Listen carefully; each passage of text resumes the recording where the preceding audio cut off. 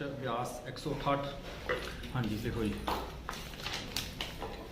ਅਸੀਂ ਉੱਤਰੀ ਭਾਰਤ ਦੇ ਲੋਕ ਬੜੇ ਖੁਸ਼ਕਿਸਮਤ ਹਾਂ ਡੰਡੀ।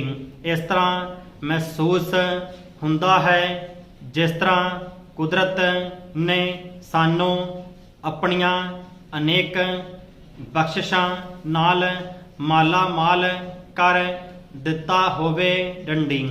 ਸਾਰੇ ਸੰਸਾਰ ਵਿੱਚ ਸ਼ਾਇਦ ਹੀ ਕੋਈ ਐਸਾ ਦੇਸ਼ ਹੋਵੇਗਾ ਜਿਸ ਦੇ ਬਾਸ਼ਿੰਦੇ ਹਰ ਸਾਲ ਭਿੰਨ ਭਿੰਨ ਪ੍ਰਕਾਰ ਦੇ ਮੌਸਮਾਂ ਅਤੇ ਰੁੱਤਾਂ ਦਾ ਆਨੰਦ ਮਾਣਦੇ ਹੋਣਗੇ, ਜਿਨ੍ਹਾਂ ਕਿ ਖਾਸ ਕਰਕੇ ਉੱਤਰੀ ਭਾਰਤ ਦੇ ਲੋਕਾਂ ਨੂੰ ਨਸੀਬ ਹੈ ਡੰਡੀ।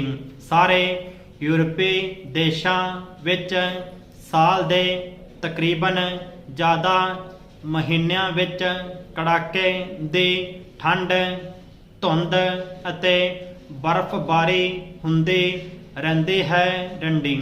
ਸਰਦੀ ਦੇ ਇਹਨਾਂ ਮਹੀਨਿਆਂ ਵਿੱਚ ਸੂਰਜ ਦੇਖਣਾ ਕਦੇ ਕਦਾਈ ਹੀ ਨਸੀਬ ਹੁੰਦਾ ਹੈ ਅਤੇ ਜਿਸ ਦਿਨ ਸੂਰਜ ਨਿਕਲਦਾ ਹੈ ਕਈ ਸੰਸਥਾਵਾਂ ਵਿੱਚ ਤਾਂ ਇਸ ਦਿਨ ਛੁੱਟੀ ਕਰ ਦਿੱਤੀ ਜਾਂਦੀ ਹੈ ਤਾਂ ਕਿ ਲੋਕ ਸਮੁੰਦਰ ਦੇ ਕਿਨਾਰਿਆਂ, ਝੀਲਾਂ ਅਤੇ ਹੋਰ ਮਨ ਭਾਉਂਦੇ ਸਥਾਨਾਂ 'ਤੇ ਜਾ ਕੇ ਮੌਜ ਮਸਤੀ ਕਰ ਸਕਣ ਡੰਡੀ। ਸੋ ਵਾਸਤਵਿਕਤਾ ਇਹ ਹੈ ਕਿ ਆਮ ਯੂਰਪੀ ਲੋਕ ਧੁੱਪ ਲਈ ਤਰਸਦੇ ਹਨ ਡੰਡੀ। ਪਰ ਇਸ ਦੇ ਉਲਟ ਸਾਡੇ ਦੇਸ਼ ਵਿੱਚ ਵਿਸ਼ੇਸ਼ ਕਰਕੇ ਉੱਤਰ ਭਾਰਤ ਵਿੱਚ ਸਾਰੇ ਮੌਸਮ ਸੁਭਿੰਨਤਾ ਦੀ ਝਲਕ ਵਿਖਾਉਂਦਿਆਂ ਹੋਇਆਂ ਥੋੜ੍ਹੇ ਥੋੜ੍ਹੇ ਸਮੇਂ ਪਿੱਛੋਂ ਬਦਲਦੇ ਰਹਿੰਦੇ ਹਨ ਡੰਡੀ।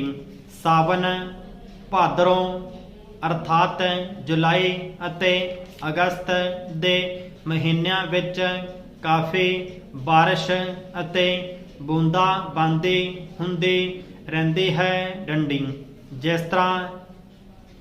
ਇਸ ਤਰ੍ਹਾਂ ਲੱਗਦਾ ਹੈ ਜਿਵੇਂ ਅਸੀਂ ਪਹਾੜਾਂ ਦੇ ਵਸਨੀਕ ਹਾਂ ਡੰਡੀ। ਅੱਸੂ ਅਤੇ ਕੱਤਕ ਅਰਥਾਤ ਸਤੰਬਰ ਅਤੇ ਅਕਤੂਬਰ ਦੇ ਮਹੀਨਿਆਂ ਵਿੱਚ ਹੁਨਾਲ ਅਰਥਾਤ ਗਰਮੀ ਖਤਮ ਹੋ ਜਾਂਦੀ ਹੈ ਅਤੇ ਸਿਆਲ ਦਾ ਮੌਸਮ ਆਰੰਭ ਹੋ ਰਿਹਾ ਹੁੰਦਾ ਹੈ ਡੰਡੀ। ਮੱਘਰ, ਪੋਹ ਅਤੇ ਮਾਘ ਅਰਥਾਤ ਨਵੰਬਰ, ਦਸੰਬਰ ਅਤੇ ਜਨਵਰੀ ਵਿੱਚ ਸਰਦੀਆਂ ਦਾ ਮੌਸਮ ਆਪਣੇ ਪੂਰੇ ਜੋਬਨ 'ਤੇ ਹੁੰਦਾ ਹੈ ਅਤੇ ਆਮ ਲੋਕ ਗਰਮ ਸੂਟਾਂ, ਸਵੈਟਰਾਂ ਅਤੇ ਜਰਸੀਆਂ ਵਿੱਚ ਵੇਖੇ ਜਾਂਦੇ ਹਨ ਡੰਡੀ। ਫੱਗਣ, ਚੇਤ ਅਰਥਾਤ ਫਰਵਰੀ ਅਤੇ ਮਾਰਚ ਵਿੱਚ ਮੌਸਮ ਬਹਾਰ ਆ ਜਾਂਦਾ ਹੈ ਡੰਡੀ। ਹੁਣ ਤੱਕ ਸਰਦੀ ਖਤਮ ਹੋ ਚੁੱਕੀ ਹੁੰਦੀ ਹੈ ਅਤੇ ਗਰਮੀਆਂ ਦਾ ਪੱਖ ਲੱਗ ਜਾਂਦਾ ਹੈ ਡੰਡੀ। ਵਿਸਾਖ ਅਰਥਾਤ ਅਪ੍ਰੈਲ ਦੇ ਮਹੀਨੇ ਵਿੱਚ ਭਾਰਤ ਦੇ ਮਹੱਤਵਪੂਰਨ ਫਸਲ ਕਣਕ ਦੀ ਕਟਾਈ ਹੁੰਦੀ ਹੈ ਡੰਡੀ।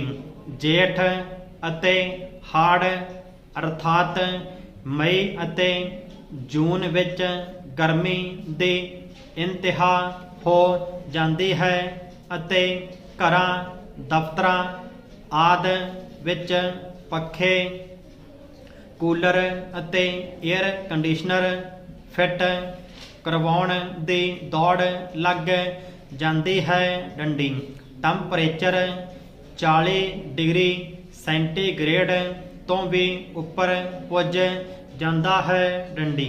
ਇੰਨੀ ਗਰਮੀ ਹੁੰਦਿਆਂ ਹੋਇਆਂ ਵੀ ਸਾਡੇ ਲੋਕ ਨਾਰਮਲ ਹਾਲਤ ਵਿੱਚ ਕਾਰੋਬਾਰ ਕਰੀ ਜਾ ਰਹੇ ਹੁੰਦੇ ਹਨ, ਜਦੋਂ ਕਿ ਇਸ ਤਰ੍ਹਾਂ ਦੀ ਸਮਰੱਥਾ ਦੂਸਰੇ ਦੇਸ਼ਾਂ ਵਿੱਚ ਘੱਟ ਹੀ ਹੁੰਦੀ ਹੈ ਡੰਡੀ।